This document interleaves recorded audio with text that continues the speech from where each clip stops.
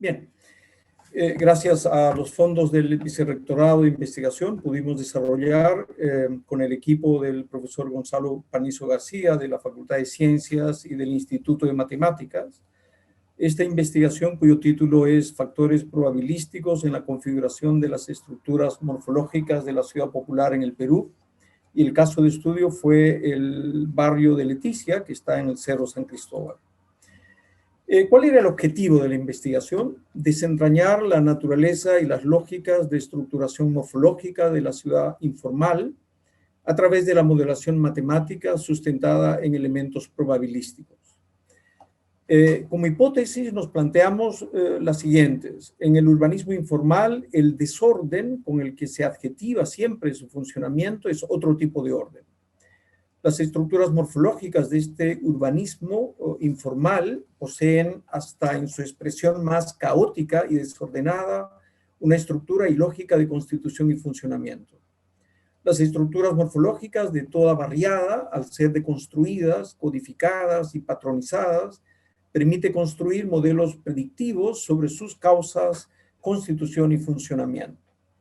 ¿Cuál es el problema que ha originado esta investigación y otras de similar objetivo en otros contextos de América Latina y del mundo? Habría que decir que esta es la primera investigación de este tipo en el país. El problema es el siguiente, ¿no es cierto? La barriada es hoy el principal modo de construir ciudad y vivienda en el Perú. Cerca del 70% o 80% del suelo urbano corresponde a esta forma de ocupación. El Perú es uno de los países con la mayor economía informal del planeta, siendo la barriada uno de sus principales espacios de reproducción. En medio de la pandemia hemos descubierto que efectivamente el Perú es un país informalmente estructural o estructuralmente informal. El fracaso de las políticas de formalización se debe, entre múltiples razones, también al hecho de desconocer los mecanismos profundos que hacen funcionar el orden del supuesto desorden y caos de la informalidad y la barriada. Ha sucedido siempre que efectivamente hay numerosos estudios sobre la informalidad, el urbanismo informal o las barriadas, pero sostenemos que sobre aquello que tiene que ver con la lógica intrínseca del funcionamiento de las barriadas, casi no se ha hecho ninguna investigación específica en el país. Y la idea de esta investigación ha sido un poco introducirnos en ese ámbito para formular una modelación matemática que será explicada por el profesor Panizo. Bien, la barriada tiene una historia no tan larga. Las primeras barriadas en Lima aparecen, por lo menos Leticia, como la primera barriada oficialmente reconocida como tal en 1932. Las primeras barriadas, en el caso de Lima, insisto, se ubican en el área central de la ciudad, en las faldas de los cerros más importantes que rodean el área central.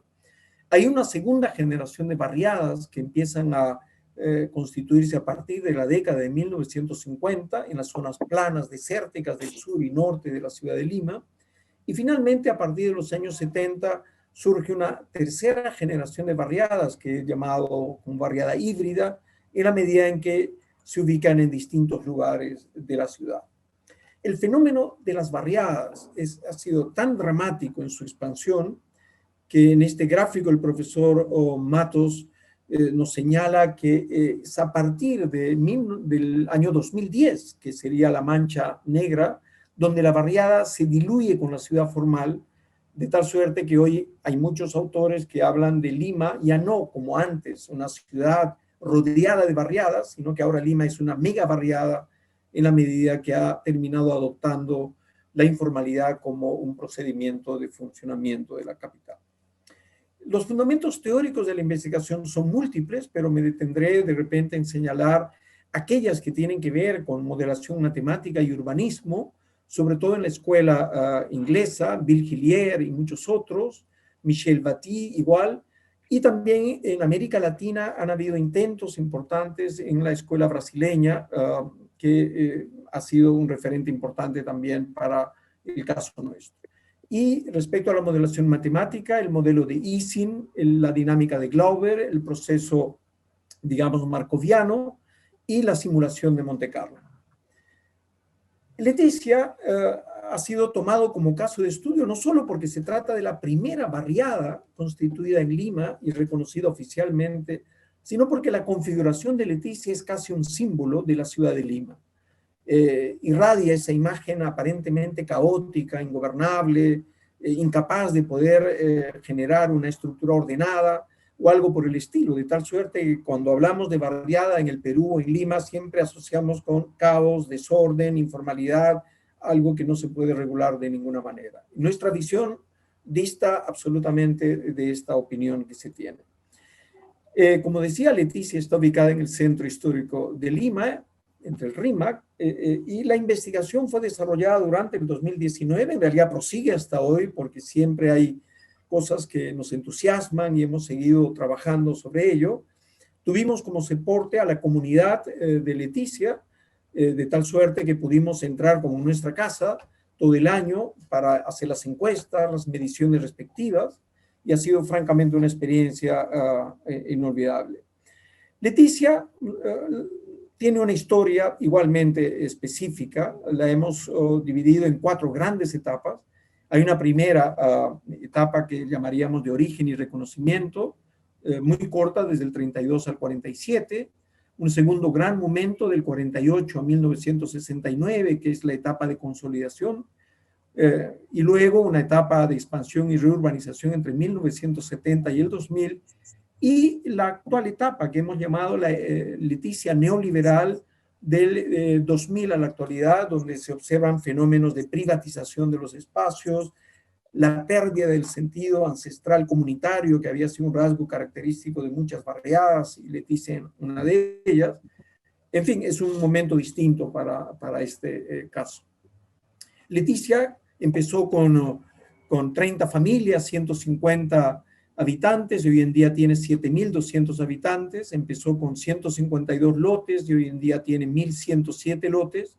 Y empezó con media hectárea de área urbanizada, digamos, ocupada, y hoy en día casi son 10 hectáreas de una densa ocupación urbana en la ciudad. La teoría que hemos utilizado respecto a estructuras morfológicas son las teorías de Pinón y con aportes del que suscribe y otros colegas que trabajamos en temas de estudios morfológicos, y tiene que ver con la idea de que existe en toda ciudad una trama viaria, una trama de manzanas, una trama parcelaria, una trama de base edificada, trama espacios abiertos, internos o externos, y el sistema de objetos artificiales y naturales en la ciudad. Respecto a las tramas, se han investigado lo que Pinón sugiere, las relaciones dimensionales, relaciones topológicas y las relaciones geométricas. En Leticia hemos aplicado todo esto y hemos hecho un levantamiento con dron inclusive, y ortofotos y levantamientos a nivel del piso, lo que nos ha permitido configurar o trabajar alrededor de más o menos 200 planos de Leticia, casi un poco como una tomografía computarizada de la ciudad, en este caso del barrio de Leticia, y hemos desarrollado lecturas de la trama viaria, de la trama de manzanas, de los intersticios de las zonas de circulación, las escaleras para subir a Leticia. Todo eso ha sido dimensionado milimétricamente, lo que nos ha permitido, entre otras cosas, tener el plano más actualizado de Leticia, y creo que de cualquier barriada o exbarriada de la ciudad. Y efectivamente acá tenemos planos sobre trama parcelaria, donde evaluamos los perímetros de lote, la forma geométrica de los lotes, la trama de la base edificada, es decir, de todo aquello que está construido, el perfil de la barriada, las alturas de las edificaciones. Hemos hecho un análisis específico de las viviendas, una encuesta de 50 viviendas, donde hemos registrado la historia de cada vivienda desde el momento en que empezó siendo una estera hasta la actualidad. Y finalmente, datos sobre, digamos, la sociedad o el estrato o el grupo social y las familias que habitan Leticia, desde cuándo están ocupando Leticia, qué cantidad de miembros tiene cada familia. Hemos evaluado, evidentemente, el régimen de propiedad. Es interesante observar que en Leticia casi el 85% son propietarios de su vivienda. Los tipos de vivienda, también vivienda individual, independiente, hay poca vivienda colectiva, y desde luego los distintos niveles de servicios que hay y los grados de formalización que se han generado en las distintas etapas de Leticia, ¿no? Finalmente, un panorama sobre los servicios, los déficits, y es interesante constatar de cómo un barrio como Leticia, que empezó como una barriada y hoy en día es un barrio, digamos, formalizado, pues cuenta con cable, internet, pero también hay déficit digamos, de servicios, de agua, desagüe, ¿no? Toda esta investigación de nuestra parte concluyó en una base de datos y algunas formas iniciales de codificación, como en este caso de grafos. Lo que permitió que nuestro colega Gonzalo Panizo y su equipo pasaran a la etapa de modelación matemática de esta información, que es lo que a continuación el profesor Panizo explicará. Muchas gracias. Buenas tardes, mi nombre es Gonzalo Panizo, soy matemático en el IMCA y bueno, me complace mucho haber participado en esta investigación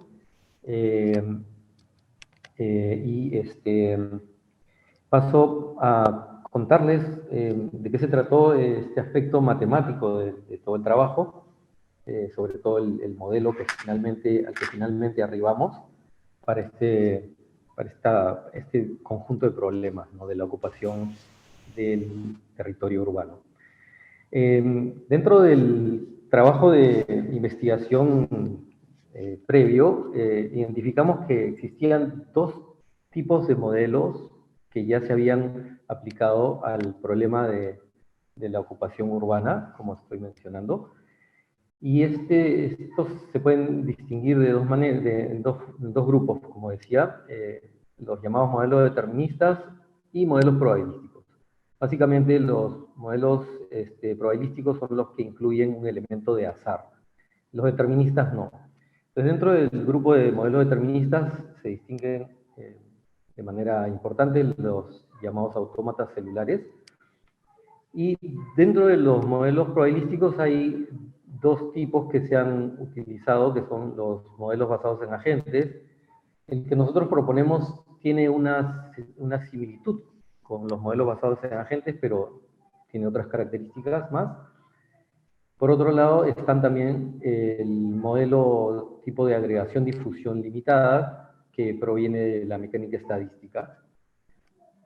Y nosotros, con esa idea de utilizar elementos de la física estadística, de la mecánica estadística, pensamos que podía ser útil el llamado modelo de Ising, porque comparte ciertas características con algunos de los otros modelos que estoy mencionando y con el problema, en cierto sentido.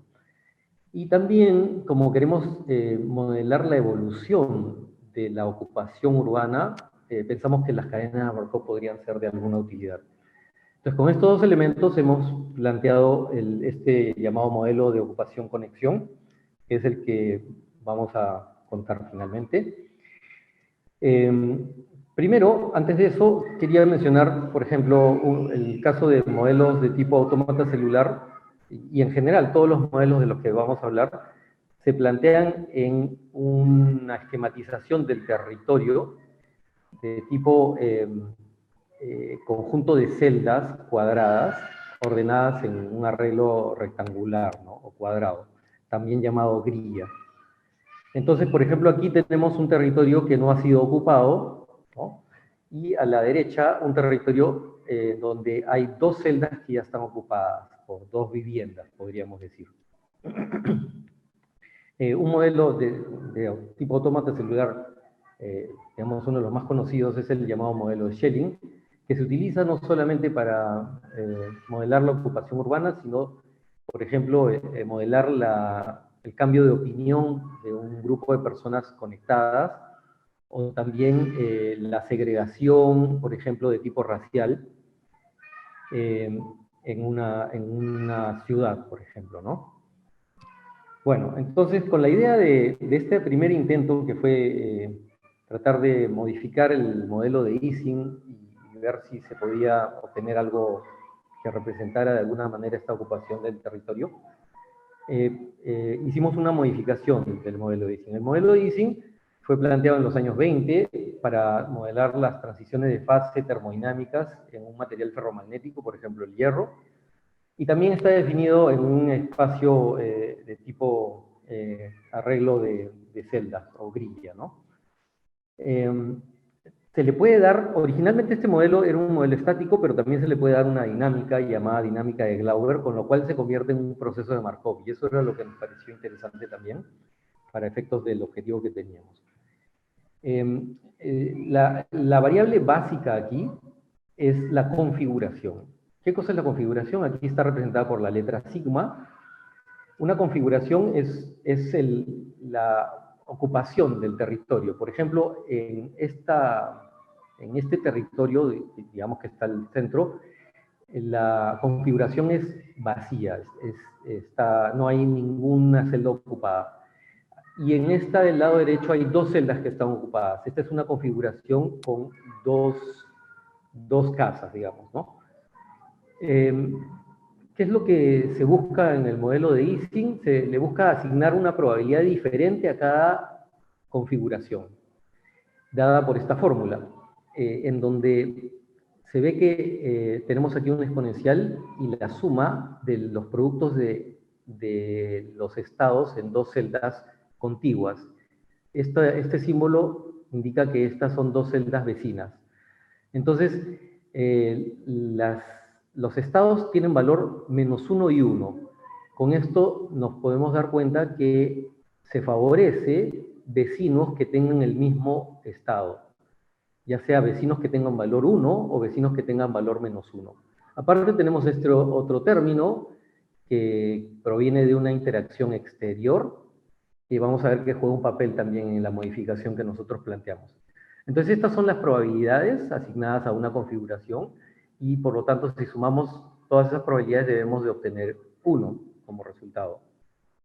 La modificación que nosotros planteamos es mantener esta idea de que mayor peso deben tener las configuraciones con vecinos iguales, digamos con el mismo valor, solo que nosotros variamos en el sentido de que las celdas pueden tener valor ahora no solamente -1 y 1, como en el caso del modelo Ising, sino valores 0, 1, 2 y 3. Con esto, podemos, usando la llamada dinámica de Glauber y una técnica de simulación de Monte Carlo, simular la evolución de la ocupación del territorio, como vemos aquí en estos gráficos. Entonces aquí inicialmente se tiene una única celda ocupada, o una única vivienda, y progresivamente van apareciendo nuevas edificaciones, digamos. Los colores más claros indican un nivel menor de edificación, es decir, una configuración, por ejemplo, 1. Las celdas vacías tienen estado 0, y las celdas de azul intenso tienen estado 3, ¿no? Entonces, esto nos pareció interesante, pero identificamos que habían algunas limitaciones. En particular, por ejemplo, una cosa interesante que sí identificamos es que está la aleatoriedad ahí muy presente, porque si partimos y hacemos una nueva simulación, podemos obtener una configuración distinta, ¿no? Podemos de esta manera obtener diferentes configuraciones finales, y eso nos da una idea de que efectivamente hay un desorden ahí intrínseco, pero un problema es que aquí vemos que hay algunas viviendas a las cuales, hacia las cuales no hay acceso a partir de otras. En otras palabras, se encuentran encasilladas, porque recuerden que las celdas vacías son las que permiten la movilidad de los habitantes, ¿no? Son las que no están edificadas, y por lo tanto, por esas celdas es donde puede haber tránsito, ¿no? Entonces, esa es una de las limitaciones, es la desventaja, que no hay vías de acceso, pero hay algunas ventajas que podemos identificar, como había mencionado. Por ejemplo, podemos ver la dinámica, en otras palabras, la evolución de estas variables urbanísticas, y esto es fácil de hacer. Y además los predios, tiene una ventaja, que pueden cambiar su nivel de edificación, pueden por ejemplo, pasar de celeste a azul más intenso, y etcétera. Eso podría uno pensar que es, por ejemplo, que la vivienda ha añadido un piso o ha pasado a tener estructuras más sólidas. Y también pueden desaparecer, es decir, está permitido dentro del modelo que una vivienda deje de estar ahí, ¿no? Bueno, pero como no fue suficiente, porque este elemento de las vías de acceso nos pareció importante, pasamos a hacer un análisis un poco más profundo y más detallado, y nos fijamos en cuáles son los elementos o los criterios para modelar el cambio urbano que se reconocen dentro del urbanismo. Y están entre ellos la aleatoriedad, el accidente histórico, el determinismo físico, ventajas naturales y ventajas comparativas. En nuestro caso, pudimos incluir dentro del modelo que pudimos elaborar o plantear únicamente 3 de ellos, que son la aleatoriedad, el determinismo físico y las ventajas naturales. El determinismo físico venía por el lado de, por ejemplo, la pendiente. Construir en un territorio con una pendiente es más difícil. La altura también es un determinismo físico importante porque dificulta el transporte de materiales para hacer la construcción e incluso el agua una vez que ya está la vivienda establecida, ¿no? Luego, como ventajas naturales, podemos identificar los puntos de referencia como colegios, tiendas, vías principales, y es de esta manera que nosotros podemos utilizar esta noción de vías de acceso. Las vías de acceso serían la manera de conectarse con estos puntos de referencia, ¿no? Por otro lado, la aleatoriedad viene del lado de la interacción entre los vecinos y los intereses de cada uno de ellos y de las múltiples razones que hay para las decisiones que puedan tomar, ¿no? Que es imposible conocer y por lo tanto se considera aleatoria. Entonces, dentro de este modelo hay algunas cosas muy concretas que nosotros planteamos. Por ejemplo, nosotros de plano descartamos configuraciones como esta, en donde queda la celda, por ejemplo, de en medio, completamente aislada. Entonces, estas, por ejemplo, dentro del modelo están prohibidas, y esta configuración sí está permitida, ¿no? Y así tenemos algunas reglas. Por ejemplo, otra regla es, que aquí se menciona inicialmente, o la primera regla que se menciona es que las casas se van colocando una por una, ¿no? Van apareciendo de una en una. Profesor, le quedan, bueno, disculpe, le quedan 3 minutos. Sí, muchas gracias. Las casas van apareciendo una por una, y se prohíbe que aparezca una casa si es que bloquea a otras, bloquea el acceso a otras. ¿El acceso a dónde? A esta vía principal. En nuestro caso, solo uno de los elementos físicos se está considerando, ¿no? Que es la vía principal, que viene a ser esta franja inferior que está vacía aquí en el territorio. Entonces, si es que bloquea el acceso a la vía principal de alguna casa, esa casa ya no va a ir. Pero no solo eso, sino que si no bloquea, pero dificulta el acceso, en otras palabras, hace que las rutas de acceso sean mucho más largas, también la probabilidad de que aparezca esa casa es menor. Y aquí eso lo codificamos con esta fórmula para la probabilidad de aparición de esa vivienda, que es una modificación del modelo de Ising, como ven aquí con este exponencial, pero también con este término. El arco tangente es simplemente una manera de suavizar la variación, y aquí en este término está la longitud de los caminos, ¿no? Entonces sí, es importante que la longitud no crezca mucho, que no se haga muy engorroso, muy trabajoso llegar a la vía principal para los demás habitantes. Entonces, esa es la manera como está planteado el modelo, y de nuevo se puede hacer una simulación de Monte Carlo, y aquí tenemos algunos resultados de estas simulaciones de Monte Carlo.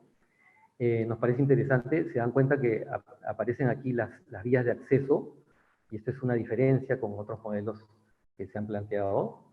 Tenemos aquí más simulaciones, y vemos que hay una similitud de tipo cualitativo con lo que se observa en Leticia, ¿no? Que hay una especie de caos, pero ese caos probablemente tiene un origen similar al que tiene en el modelo estas configuraciones finales. Por último, las conclusiones que podemos mencionar es que este es un primer modelo que nosotros conocemos en donde se tienen vías de acceso, lo cual nos parece muy importante. Luego, hay una tendencia de formación de bloques, como se observa, ¿no? No están dispersas las viviendas. Por otro lado, hay una, digamos, una característica que quizá no es la ideal, que es que las viviendas, una vez que aparecen, permanecen, no dejan de estar ahí. Y una cosa que quiero mencionar es que este es solamente un caso particular, el de Leticia, pero la fenomenología es más amplia, ¿no? Entonces, la idea es se puede aplicar a casos análogos. Dejo para concluir a Will. Gracias. Estas eran las conclusiones finales de la investigación. En realidad lo que queríamos señalar es de que se ha llegado a una conclusión, por lo menos parcial, de que sí es absolutamente posible una sistematización y parametrización en un sentido del urbanismo informal.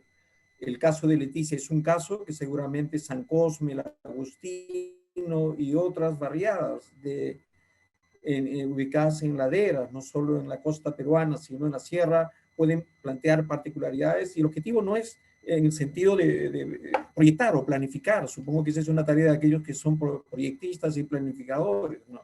Nosotros estudiamos la realidad tal cual, y cómo se usa en el futuro ya no depende de nosotros, pero creo que es un primer paso para desentrañar esa lógica invisible que ordena y gobierna nuestras ciudades y el mundo de la informalidad. No quiero decir que hemos logrado definir el algoritmo de la informalidad, pero yo creo que es un primer paso para entender ese aparente caos de la ciudad informal. Y no lo es tanto, ¿no? Sino tiene sus propias reglas y sus propios patrones, y que será bueno conocer para poder efectivamente encauzar, desaparecer o controlar o regular este proceso. La primera pregunta es, dice, ¿la finalidad de la investigación es el planeamiento territorial urbano para futuros proyectos? La finalidad de la investigación es entender un poco mejor la lógica de esta vivienda informal, ¿no? Tratar de identificar alguna lógica, alguna orden dentro de este caos, ¿no? Entonces nosotros creemos que es posible, que hay una manera de acceder a una estructura intrínseca dentro de este fenómeno de la vivienda informal y de la ocupación del territorio de manera informal, y creemos que no debe de hacerse digamos, un análisis a la ligera de este fenómeno, sino que hay formas de entenderlo y de trabajar mejor con él, ¿no? Esa es la idea central. Correcto, muchas gracias. Aquí hay otra pregunta, dice, ¿por qué no utilizaron clústeres en este estudio? Clusters. Bueno, tendría que saber a qué se refiere con clúster. Clúster es simplemente una aglomeración, ¿no? Lo que nosotros tratamos de hacer es un modelo matemático, ¿no? Entonces, imagino que si pregunta por qué no usamos clúster, se refiere a una estructura matemática. Tendría que saber a qué estructura se está refiriendo.